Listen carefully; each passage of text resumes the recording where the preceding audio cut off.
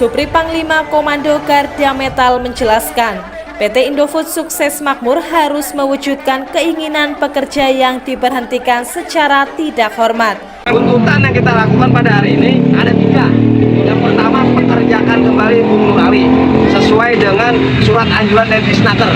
Kemudian yang kedua, rundingkan kembali perjanjian kerja bersama di PT Indofood sesuai dengan peraturan perundang-undangan.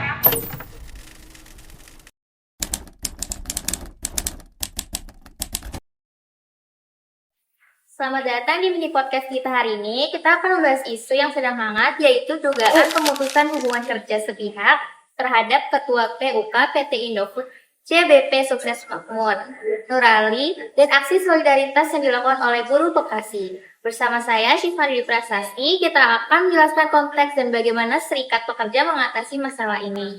Baik, terima kasih. Sebelumnya saya Ersa Bayu Aditya.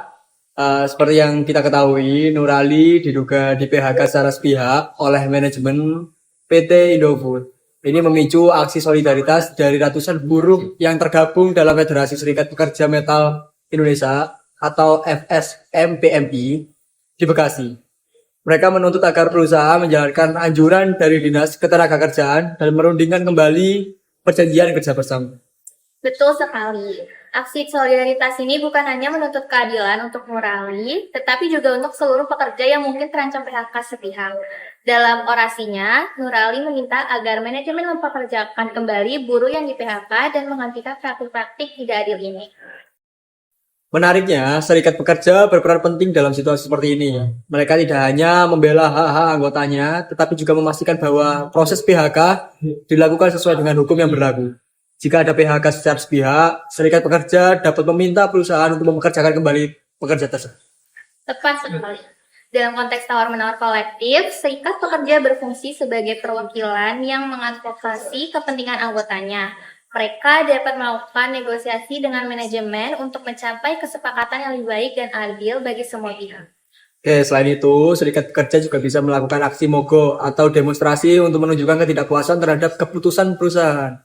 Ini adalah salah satu cara untuk menekan manajemen agar mendengarkan tuntutan dari buruh itu sendiri.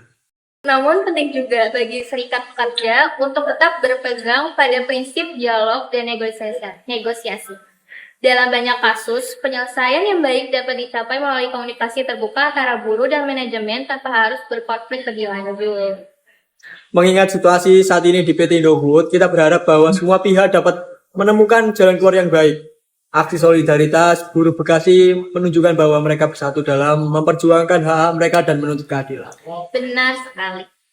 Mari kita terus ikuti perkembangan kasus ini dan dukung upaya-upaya yang dilakukan oleh serikat pekerja untuk melindungi hak-hak buruh di Indonesia. Oke, terima kasih.